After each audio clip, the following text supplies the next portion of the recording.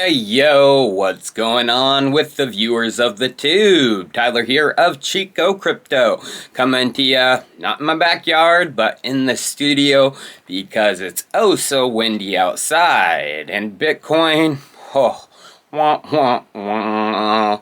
Yeah, the Bitcoin price is down, and it is down big time. I mean, we fell to a low of about 22.5K before bouncing off of that. And basically over the past 24 hours, it's been a straight fall, straight down with no relief. Barely any bounces. There's only a few. A bounce at about 25K. Short-lived, maybe a few on the way down, but nothing significant. So that means there wasn't much buying pressure, people buying in those ranges, which is crazy to me. So no one saw this coming, not even myself. I thought the capitulation dump, the big dump down to these levels, would take place a lot further down the road. And yeah, this is the capitulation dump I've been talking about. This is the one that is going to get a lot of people fearful in the markets and to drop out. You're going to see a lot of people drop out over the next couple of weeks to a month. Although I did see what would cause this capitulation dump. I've been talking about Celsius and their insolvency for a while. Actually did a video on them probably a week and a half, 2 weeks back, explaining what they're doing with a lot of customers' funds. And yeah, Celsius is in a lot of trouble. So the question is this the end for Bitcoin? Well, it's not over. I'll tell you that right now. We are going to see a lot more pain in the next week or so.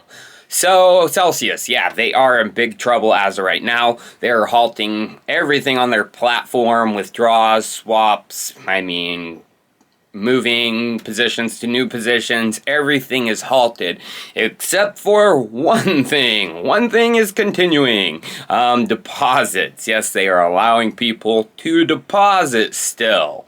So what's going on? Well, Celsius has some levels that they could be liquidated at, completely liquidated at, and the entire platform will go under.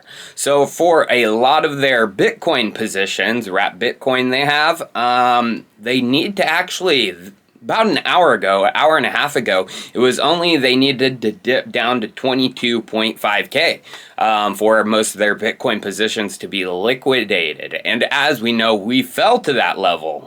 We got to 22.5K about an hour ago. But behind the scenes, Celsius has been doing some pretty shady things.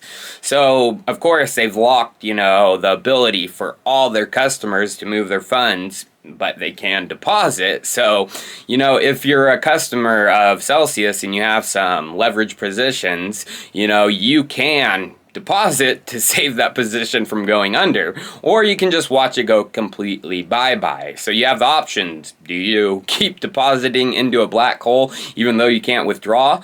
And some people are. And that's what Celsius is doing. Behind the scenes, they're taking their customers' collateral and they're moving it around. They're moving it around so they can lower the liquidations levels. As of right now, the new liquidation level for their Bitcoin position, Celsius, is around 18K. So basically, we could see, what I have a feeling this is some whales, some entities in this space really trying to take Celsius out right now. And so we really could see another dip down, and we could go below the old all-time high of last cycle, which never happens in Bitcoin, which, there is that 18K liquidation level. And basically, we have, a game going on between Celsius and these entities trying to do that.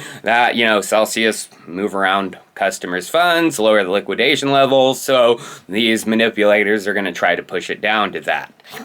They want Celsius gone, and it's obvious. This is pure market manipulation to try and force Celsius's hand, which they are doing.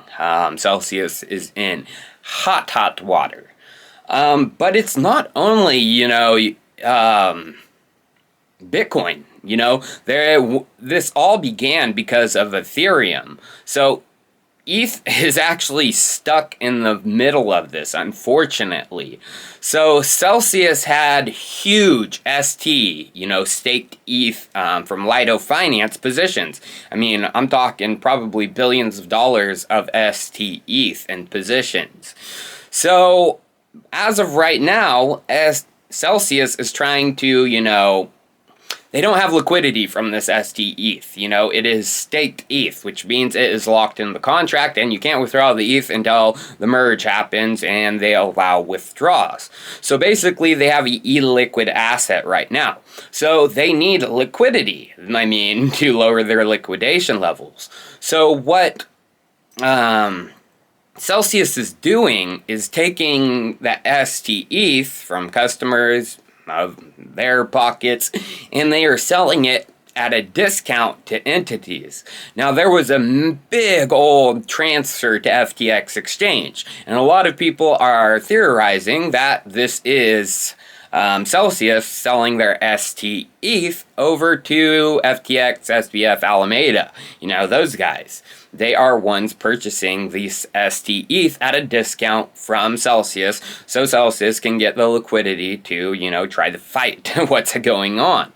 Well, Alameda and them, they love this. They have the deep pockets. They can hold on to the ST ETH and wait for, the unlock to happen.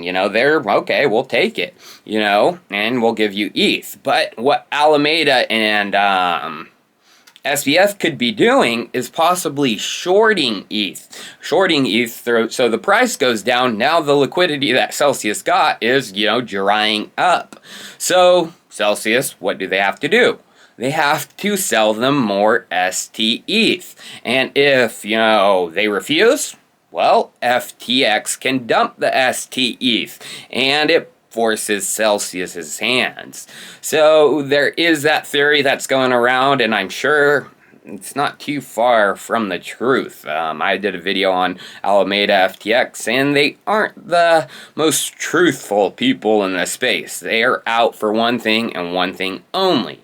That is money. So again, you guys, this is dangerous for Bitcoin. We can see Bitcoin going lower, and we can see Ethereum going even lower too.